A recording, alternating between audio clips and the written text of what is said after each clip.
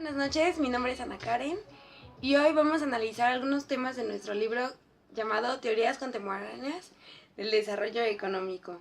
Yo les voy a hablar de 6 subtemas, que el primero es, el capítulo 2 se llama Éxitos y fracasos del desarrollo en el tercer mundo. Se divide en 2 subtemas. El primero es los éxitos del desarrollo, o sea, el progreso en general y los nuevos países industriales. El segundo es los fracasos del desarrollo, la persistencia del subdesarrollo y los países menos adelantados. Nuestro capítulo 3 se llama la tradición clásica, el origen, que ese también se divide en 2, que el primero es la acumulación del capital y el segundo los economistas clásicos y la cuestión colonial. Nuestro capítulo 4 se llama Marx, la alternativa. Este mismo también se divide en 2. El primero es la heterodoxia clásica y el segundo, Marx y las áreas atrasadas. Nuestro quinto capítulo, es la tradición neoclásica, el paréntesis, que este también se divide en 2. El primero es el crecimiento abandonado y el segundo es el atraso desatendido. Y por último, nuestro sexto capítulo, que es Schumpeter, el optimismo, que este solamente se divide en un subcapítulo, que es el desarrollo como destrucción creadora. Vamos a comenzar con nuestro segundo capítulo. Y este se llama Éxitos y fracasos del desarrollo en el tercer mundo. Empezamos con nuestro primer subcapítulo. Y nos dice que la evolución económica del tercer mundo desde 1950... medido por el incremento de su renta per cápita, ha sido extremadamente alto. Nos dice que el nivel y calidad de vida de su población aumentó, que la tasa de incremento anual medio de PIB por habitante de 1950 a 1990 ha sido aproximada del 2.7%. También nos dice que en 1950 a 1990 creció en términos medios más que los países. Quiere decir que los principales indicadores sociales han tenido una evolución favorable respaldada por el Programa de las Naciones Unidas para el Desarrollo. Este capítulo también nos habla de los enormes obstáculos que han tenido en el último medio siglo. Hay 4 principales obstáculos. El primero es que en los 50 hubo una caída de relación real en el intercambio. El segundo es que en los 60 hubo errores en el diseño y la aplicación de estrategias. Hubo una desatención. En los 60 ocurren 2 crisis de petróleo y recesión de países ricos. Y la cuarta nos dice que en los 80 hubo perturbaciones externas comerciales, incrementaron los tipos de interés, hubo un escaso crecimiento de la ayuda oficial y hubo cambio de políticas. Eso hizo que afectara bastante, pero a pesar de eso hubo un crecimiento increíble en el último medio siglo. También nos habla de los pequeños dragones. ¿Cuáles son los pequeños dragones? Los pequeños dragones son los nuevos países industrializados que se han reducido en un pequeño grupo de estados y territorios del tercer mundo, que se han registrado con un crecimiento económico muy rápido e increíble a comparación de los demás. Estos se dividen en Corea del Sur, Taiwán, Hong Kong, Singapur, Brasil y México.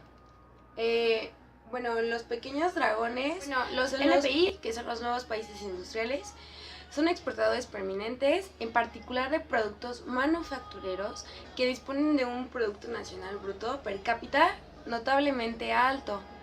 Tienen una economía diversificada e integrada, tienen altos coeficientes de comercio exterior, más aparte exportaciones que abarcan una amplia gama de productos industriales, lo cual es muy bueno.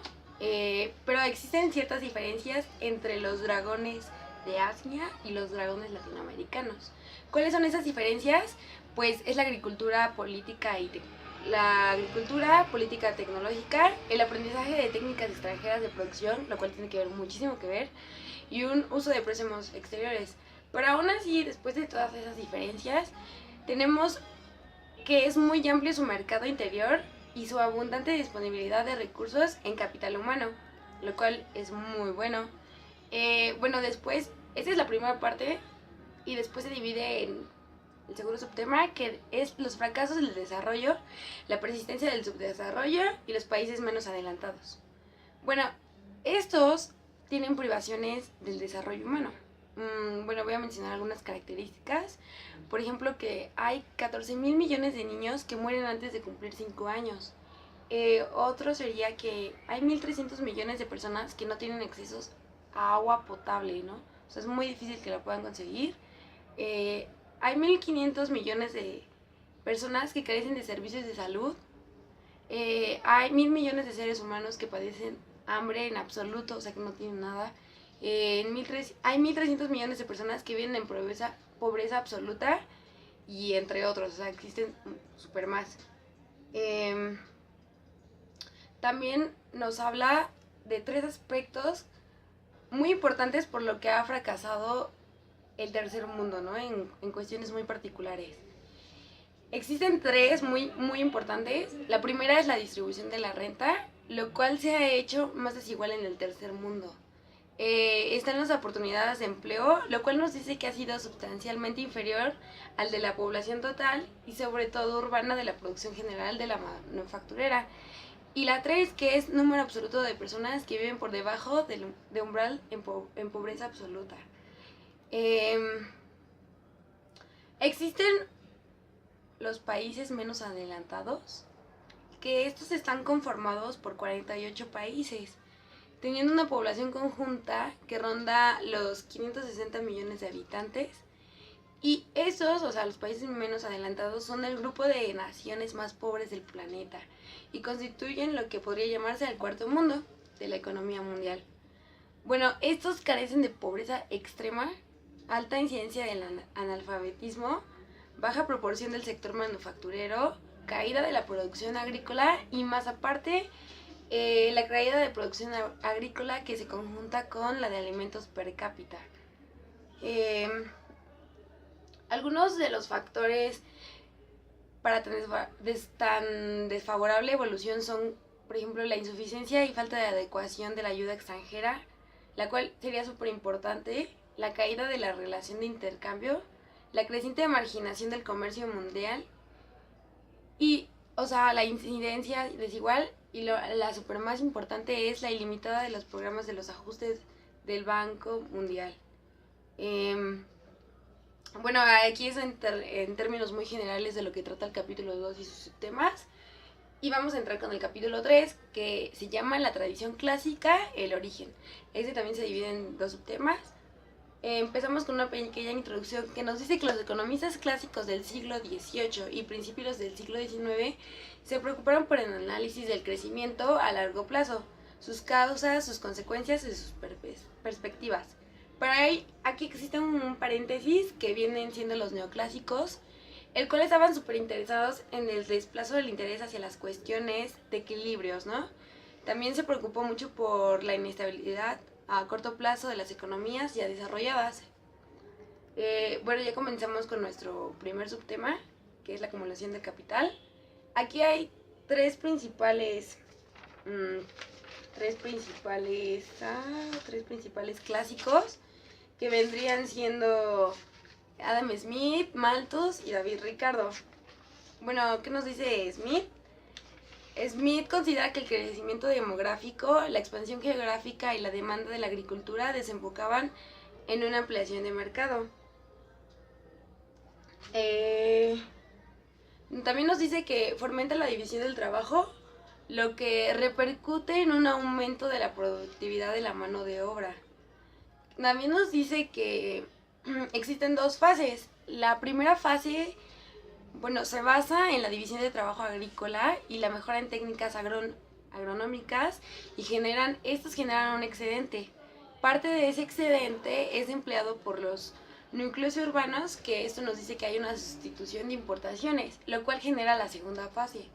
La segunda fase es cuando se alcanza un máximo, disminuyen las oportunidades de inversión y más aparte hay un rentable y se intensifica la competencia entre capitalistas y esto genera un estado estacionario. Después está Malthus, que nos dice que el crecimiento económico hace aumentar la demanda de mano de obra, lo que incrementa los salarios y esto aumenta el nivel de vida de los trabajadores. Eso mismo hace crecer la población y la población crece muchísimo, más deprisa que los recursos alimenticios, y eso genera una crisis o una escasez de alimentos. Él nos dice que la demanda afecta muchísimo y que el crecimiento realmente se encuentra en el lado de la oferta. Después estamos con David Ricardo, que él nos dice, bueno, él entendía en sí que el crecimiento generaba un aumento de la demanda de trabajo e incremento de los salarios. Por lo tanto, la población incrementaba y desarrollaba. Pero él tenía como algo que se llamaba concepción ricardiana, que esto se refiere a un proceso de acumulación autosostenida del capital, que no solo se vería interrumpida a causa de la escasez de tierra disponible. Bueno, hasta ahí ya los pensadores clásicos, es el primer subtema. En general, los tres se basan en el estancamiento. Ellos dicen que cuando se genera un estancamiento, pues existe la lucha de poderes capitales, ¿no? Después comenzamos con el segundo subtema, que se llama los economistas clásicos y la cuestión colonial. Los economistas clásicos, los dos eran partidarios del colonialismo europeo, en lo que entonces se denominaban áreas atrasadas. ¿Qué eran las áreas atrasadas? Pues presentaban rasgos sociales y políticos que les impedían progresar, de manera que el hecho colonial les resultaba beneficioso. Bueno, nos hablan de la riqueza de las naciones. En sí, se enfoca Smith. Smith nos decía del monopolio colonial. Él nos decía que desincentiva la industria de todos los restantes países, pero principalmente la de las colonias, sin ni siquiera promover, sino al contrario, reduciendo los países cuyo favor era estable, ¿no? Ya hasta ahí, bueno, en general habla del colonialismo y cómo nos explica Smith. Bueno, comenzamos con el capítulo 4. El capítulo 4 es sobre Marx y el se llama Marx, la alternativa. El primer capítulo se llama La heterodoxia clásica y nos habla que Karl, fue un economista clásico que intentó poner en manifiesto las leyes del movimiento de la economía capitalista, razón por la cual su aportación constituye la primera teoría del desarrollo. Marx en sí situó la relación entre capital y trabajo en el corazón del mismo análisis del capitalismo y puso en manifiesto el carácter anárquico y las contradicciones internas de este modo de producción. Él tenía voy a mencionar ciertos puntos importantes de lo que él pensaba y lo que él dijo. Él predijo crisis periódicas de sobreacumulación. Él predijo crisis periódicas sobre acumulación y sobreproducción y destacó las necesidades contrapuestas del capital. Otro punto muy importante es que propuso la transformación revolucionaria de la sociedad y consideró su teoría como un instrumento operativo para tal fin. También nos definió la relación salarial, la relación mercantil y un tipo determinado de organización del trabajo. También un punto súper importante es que puso de manifiesto que en tal sistema el objetivo principal de los propietarios de la producción es el acumular la riqueza en forma de valor de cambio. También nos habla del plusvalor y la plusvalía. Este capítulo también nos habla del intercapitalistas. ¿Qué significa esto? Es la concentración y centralización del capital, el crecimiento anárquico sin ninguna coordinación que genera desproporcionalidad. También significa que hay tendencia a la baja de la tasa de ganancia, intensificación del capital y la tendencia del subconsumo. En sí, en general, pensaba que la composición orgánica del capital tendía a crecer a medida que se registraba la acumulación.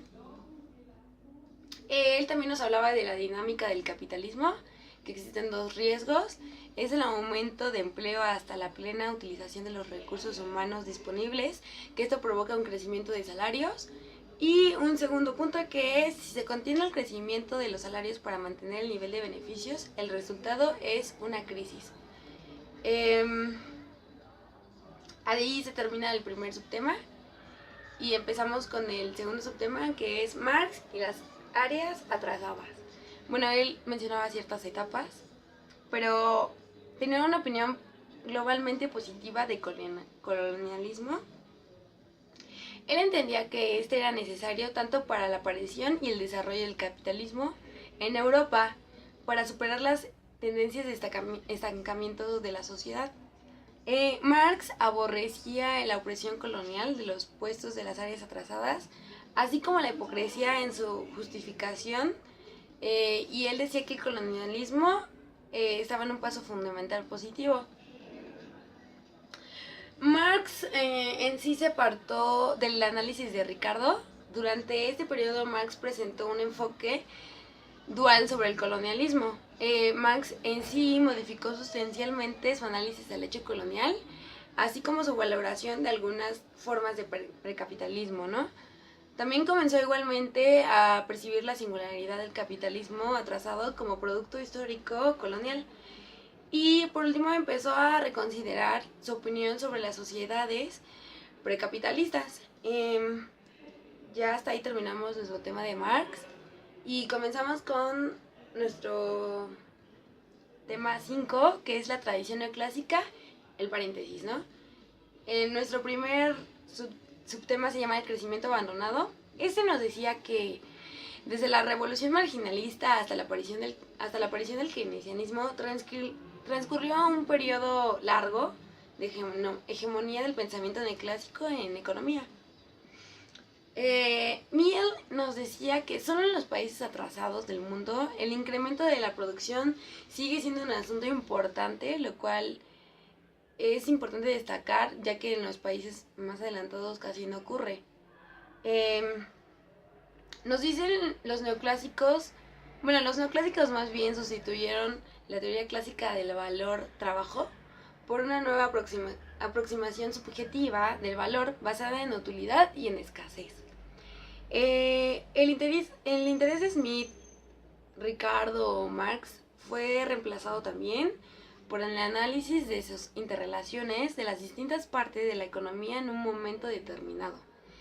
También hubo una vinculación clásica y marxista entre distribución y ahorro, que dio paso a una teoría de la distribución basada en las productividades marginalistas de los factores. Hubo puntos de acuerdo en los autores y escuelas, que eran los análisis microeconómicos. Los análisis microeconómicos eran desarrollados con un objetivo de presentar una teoría del consumidor.